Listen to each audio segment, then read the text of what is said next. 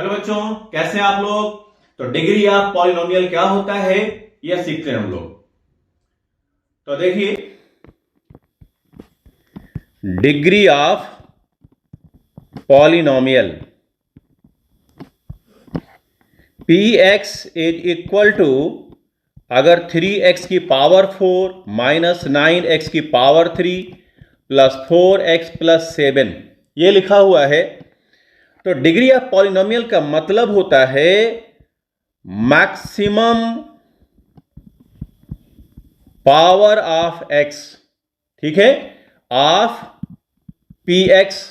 अब देखिए हमारे पास यहां पे px लिखा है और इसमें ये देखिए कि x की मैक्सिमम पावर कितना है। तो देखिए यहां पे मैक्सिमम पावर कितना है, 4 है।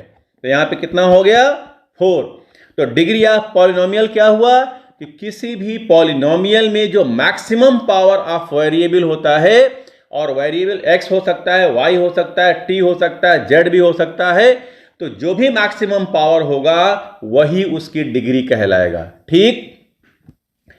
नंबर ऑफ जीरोज, अब जीरोज क्या होता है, नंबर ऑफ सॉल्यूशन के बराबर होता है। कोई भी अगर पॉलिनोमियल एक्सप्रेशन दिया है, अगर उसको हम जीरो के बराबर कर देंगे तो वो एक इक्वेशन बन जाएगा और तब हमें उसका सॉल्यूशन मिलेगा।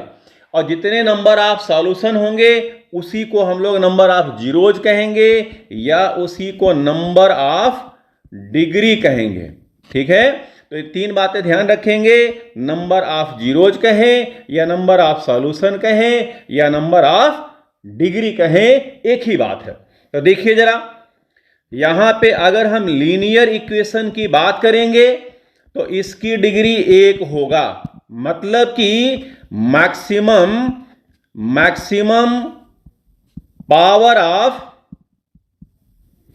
पावर ऑफ x कितना हो जाएगा, 1 हो जाएगा।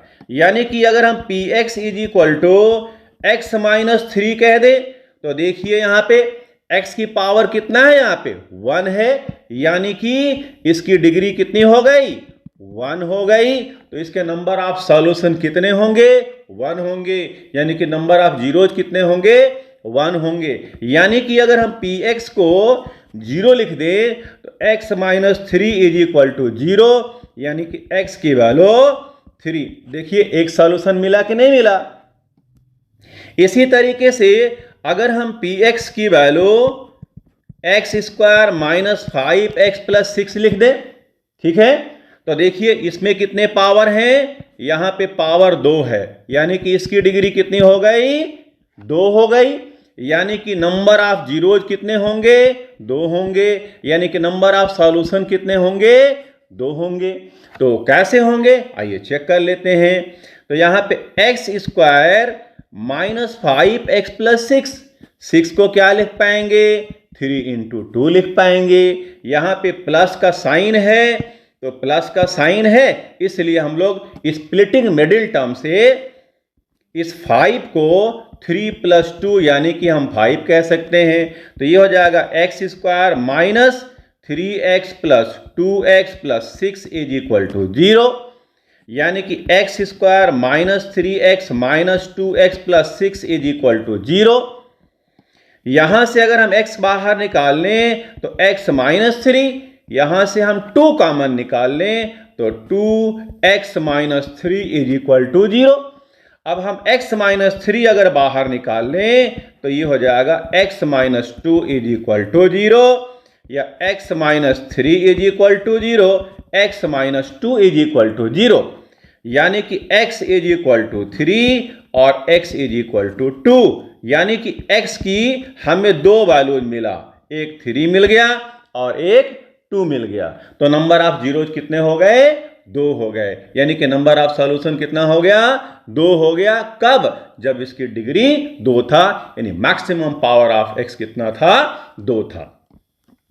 इसी तरीके से अगर px is equal to cubic equation हो, यानी x की power 4, 4x square plus 9x plus 8 कुछ इस तरीके से हो, तो इसकी डिग्री 3, यानी कि नंबर ऑफ जीरो 3 और नंबर ऑफ सॉल्यूशन भी 3।